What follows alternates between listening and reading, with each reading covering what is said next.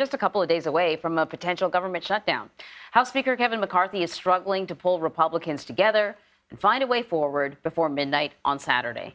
So joining me now for more on this looming shutdown is CBS News congressional correspondent Scott MacFarlane, roaming the hallways, trying to get the information for us. Scott, where do things stand this morning? Less than 72 hours until this pivotal deadline for a government shutdown. And it feels like the leaders here in the Capitol are all running in different directions and wearing blindfolds and not using any type of GPS technology because nobody's headed towards the same destination. Here's the latest in our reporting.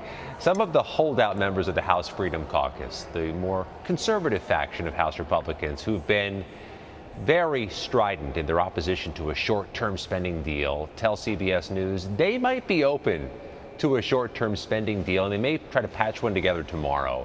But they've assured us that that bill would include some border security immigration provisions authored by Republicans that we know are non-starters in the Senate and with the president, potentially including funding for the, quote, Trump border wall. So they're fixing to put something together they know won't fly in the Senate. They've been repetitive in their arguments that what the Senate's putting together is not going to fly here. So both sides seem to be drifting a bit, or perhaps the better metaphor is they're digging in deeper to their position when, with less than 72 hours, they need to be coming together. So a government shutdown is a growing likelihood, and really folks here do seem resigned to it, Jerika and Anne-Marie. They seem resigned to that it's going to happen, just a matter of how long. That, based on that description that you gave us, all I can hear is Benny Hill music in my ear. And though it's hilarious, it doesn't give me hope.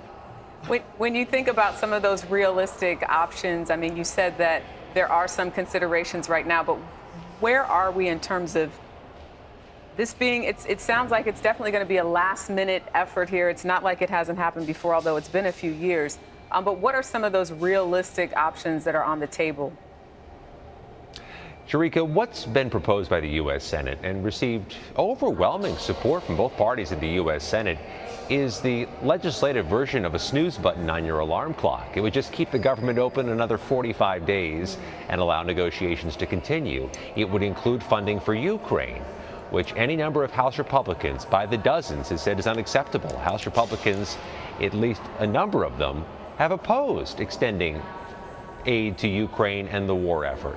So that's one of the sticking points, but notwithstanding that reality, a 45-day extension means they're just pushing this problem into November. There's a fundamental dynamic that hasn't changed from the start of this negotiation. There has to be both parties behind any bill to keep the government open or to reopen it from a shutdown. The House Speaker, Kevin McCarthy, is under pressure not to bring Democratic-supported bills to the floor. His Republican members say if he does that, they may make a move on his job. So that dynamic means Kevin McCarthy's painted into a corner, and a government shutdown seems all but guaranteed. So let's switch gears a little bit. New Jersey Senator Bob Menendez is supposed to be meeting with his Democratic colleagues. Today, it's one day after pleading not guilty, to charges of bribery and corruption. We know that a number of Democrats have been very vocal about wanting him to step down from his position. He's stepped away from some responsibilities. But what can we expect from today's gathering? 30 members of the Senate Democratic caucus, more than half of them, have said their own colleague, Bob Menendez, should resign. They say the charges are so significant, they pose such a potential distraction that he's best to leave his job. So that's the backdrop under which Bob Menendez will speak behind closed doors at a luncheon here at the Capitol today. The Senate Majority Leader, Chuck Schumer of New York, who's long been a close ally of Bob Menendez, says he's troubled by the accusations, but he didn't go so far as to say Menendez should resign.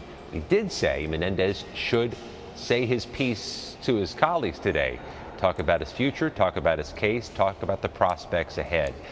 We'll see how long Bob Menendez can even engender that much support from the leadership of his party. Ultimately, what the Republicans are arguing is that this is up to the people of New Jersey. If he maintains political support among his constituents in New Jersey, there's no reason for him to go until his court case has been heard, until he's gone to trial, until a jury has been heard from. But Bob Menendez's support here among Senate Democrats is thin.